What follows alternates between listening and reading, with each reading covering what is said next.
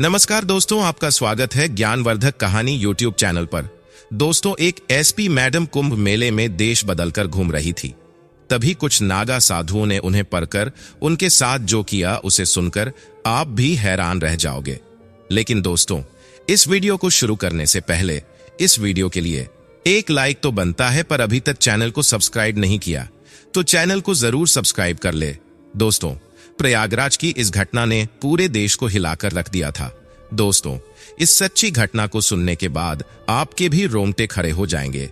जब SP madam कुंभ मेले में साध्वी बनकर पहुंची, उनके साथ कुछ साधुओं ने छेड़छाड़ की। फिर एसपी मैडम ने जो किया, इसे सुनकर आपके भी रोंगटे खड़े हो जाएंगे। क्योंकि दोस्तों, यह घटना कोई साधारण घटना नहीं थी। जब यह घटना कुंभ के मेले में घटी, तब इस घटना की चर्चा पूरे प्रयागराज में हुई। दरअसल दोस्तों, यह घटना घटी थी 10 जनवरी 2025 को, जब कुंभ मेले की शुरुआत चल रही थी। तभी प्रयागराज में रीना वर्मा नाम की एसपी साहिबा कुंभ मेले की व्यवस्था देख रही थी। क्योंकि एसपी साहिबा को मुख्य पद इसीलिए दिया गया था ताकि वह कुंभ में हो रही सारी हलचल का अच्छे से निरीक्षण कर सके और सारी व्यवस्था करवा सके।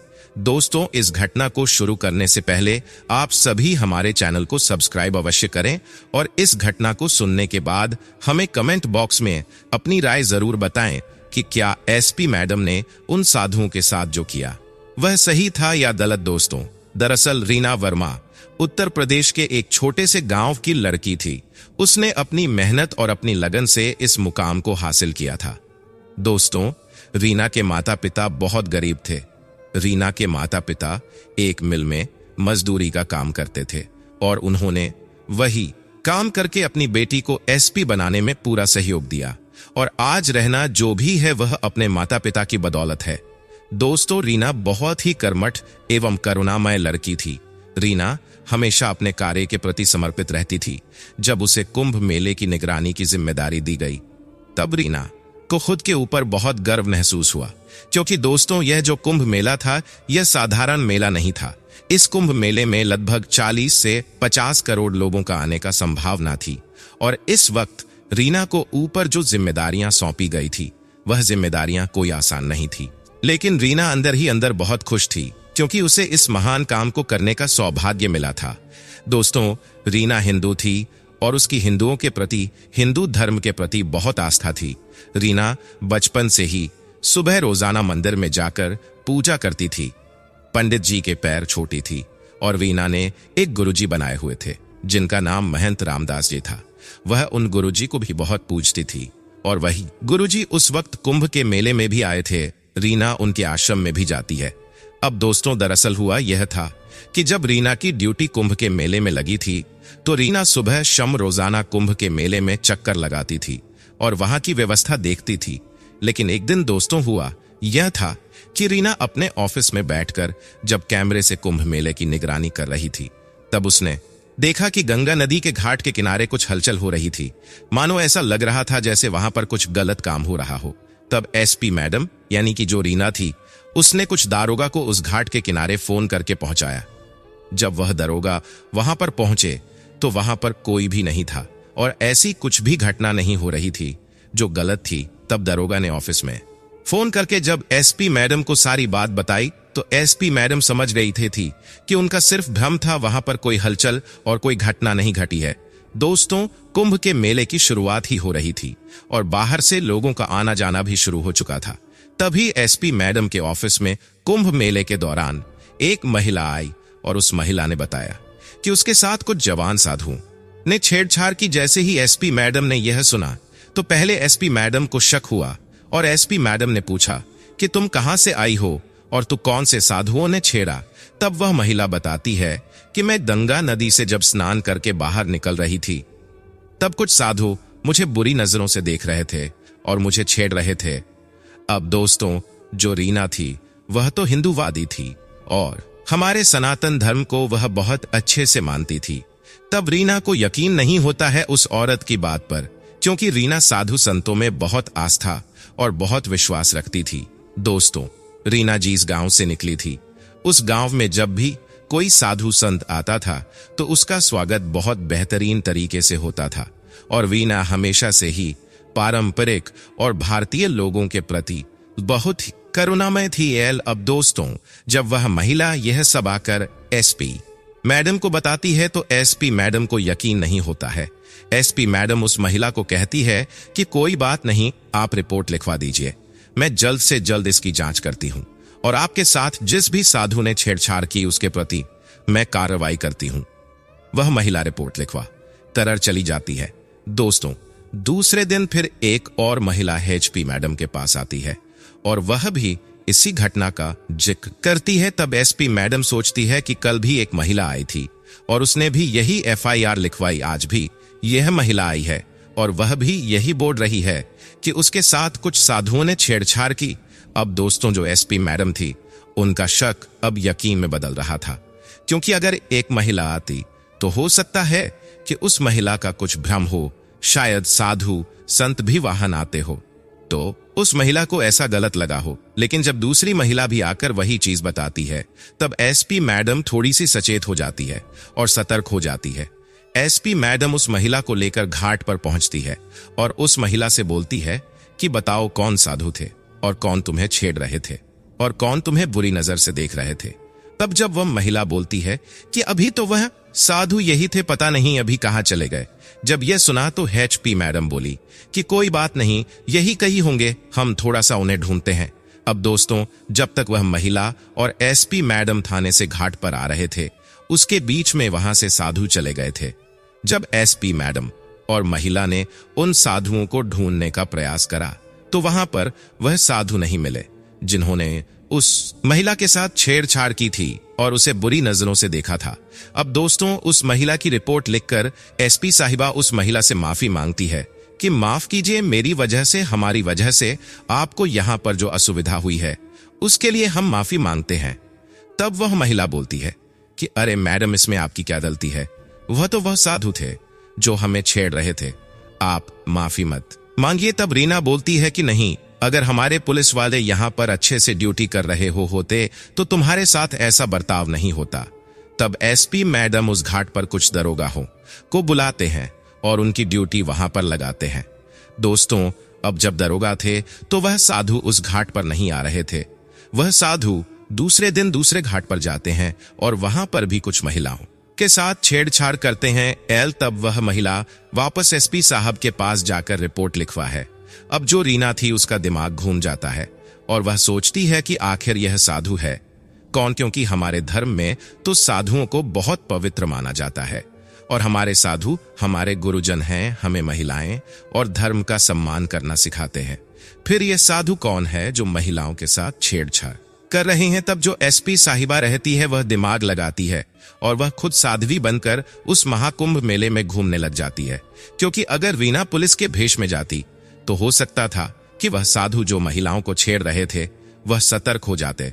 लेकिन एसपी मैडम दिमाग लगाती है और एसपी मैडम साध्वी का भेष लेकर कुंभ मेले में पहुंचती है। जब वह कुंभ मेले में पहुंचती है तो वहां पर बहुत सारे साधु थे। कुछ जवान साधु थे, कुछ बुजुर्ग साधु थे, कुछ बच्चे थे, कुछ बड़े बड़े वशिष्ठ गुरुजन भी थे। अब दोस्तों, जब स मैडम यह सब देखती है तो स मैडम को ऐसी कुछ हलचल नहीं दिखाई देती है जो गलत हो। दूसरे दिन सब मैडम पुनः साध्वी का भेष लेकर दूसरे संगम पर जाती है। जब वह दूसरे संगम पर जाती है तो कुछ नौजवान साधु थे जो वहां पर बैठे हुए थे और आने जाने वाली महिलाओं के साथ छेड़छाड़ कर रहे थे, आने जाने वाली महिलाओं को बोल बोलकर परेशान कर रहे थे। जब एसपी मैडम भी वहां से गुजर रही थी तब उन नौजवान साधुओं ने एसपी मैडम के साथ भी छेड़छाड़ की। लेकिन एसपी मैडम के साथ भी छेड़छाड़ की, लेकिन उस वक्त कुछ नहीं बोली और वह चुपचाप घाट की ओर निकल गई।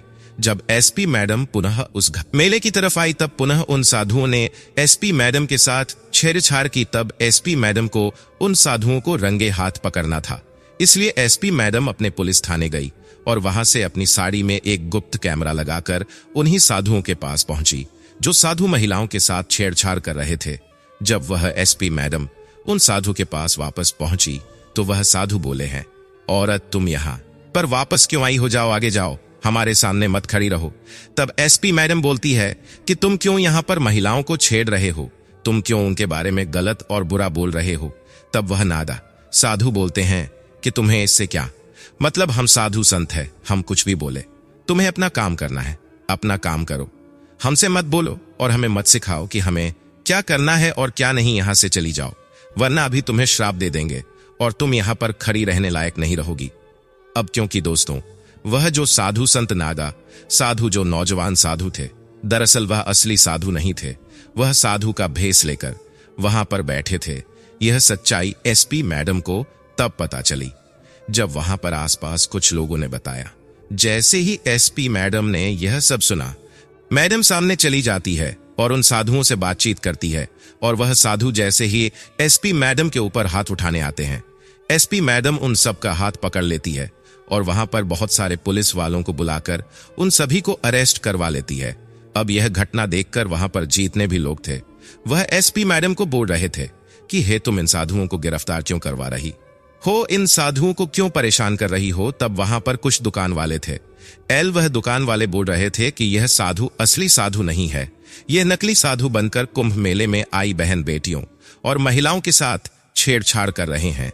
जब उन साधुओं की पोल खुली तो वहां पर जितने भी दर्शनार्थी थे, जितने भी लोग कुंभ मेले का दर्शन करने आए थे, वह सब उन साधुओं को मारने के लिए आगे बढ़ रहे थे। लेकिन वहां पर जो एसपी साहिबा थी, उन्होंने उन सब लोगों को रोक दिया और पुलिस के हाथों अरेस्ट कराकर उन सभी साधुओं को मैडम थाने में लेकर गई।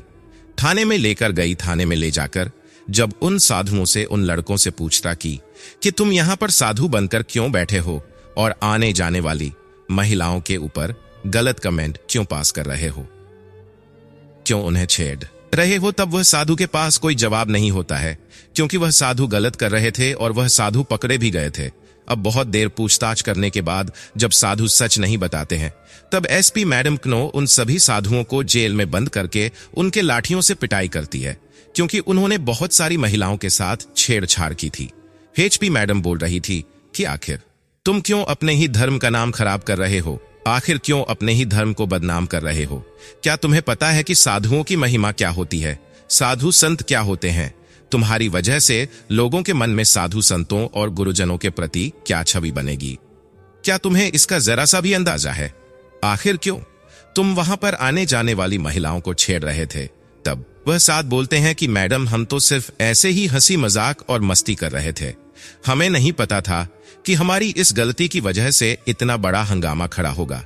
क्योंकि दोस्तों, उस साधु के मेले में, उस कुंभ के मेले में विदेशों से भी कुछ मेहमान आए थे, विदेशों से भी कुछ गुरुओं की शिष्य आई थी, और इस वजह से भारत का नाम भी खराब होता और कानून व्यवस्था का नाम भी खराब होता। क्योंकि अगर एसपी साहिबा समय रहते सतर्क नहीं होती और इन सब साधुओं को रंगे हाथ नहीं पकड़ते, तो इस वजह से जो हंगामा खड़ा होता वह पूरे देश को हिला देता। क्योंकि दोस्तों, स्वाभाविक सी बात है कि लोगों को यह नहीं पता था कि जो साधु छेड़छाड़ कर रहे थे वह साधु नकली थे, क्योंकि लोग तो उन साधुओं को असली ही मान रहे थे और साधुओं के प्रति लोगों की जो आस्था थी मन में वह सच्ची थी। और अगर यह भांडा फूटता तो फिर जितने भी महान साधु थे उनकी भी छवि खराब होती, और उस मेले में जितने भी बाहर से लोग आए थे वह लोग भी साधुओं के प्रति सम्मान नहीं दिखाते। क्योंकि दोस्तों, इस घटना के घटने के बाद पूरे प्रयागराज में इस घटना के बहुत चर्चे हुए और बहुत सारे लोगों ने एसपी मैडम का सम्मान किया, एसपी मैडम को धन्यवाद दिया। क्योंकि एसपी मैडम ने जो पर्दाफाश किया था वह कोई साधारण पर्दाफाश नहीं था। दोस्तों, उसके बाद से पुलिस की निगरानी उस कुंभ के मेले में और बढ़ गई और चप्पे चप्पे पर पुलिस तैनात हो गई। कुछ पुलिस गाड़ियों से कुंभ मेले में घूमती, कुछ पुलिस घोड़ों से कुंभ मेले में घूमती, तो कुछ पुलिस पैदल घूम रही थी। बहुत सारी पुलिस, लगभग बाहर से 5 से 100,000 पुलिस का जमावड़ा उस कुंभ मेले में बुलाया गया और एसपी मैडम को और भी बड़ी उपाधि दी गई। अब एसपी मैडम के नीचे लगभग 10 से 15 पुलिस वाले काम कर रहे थे।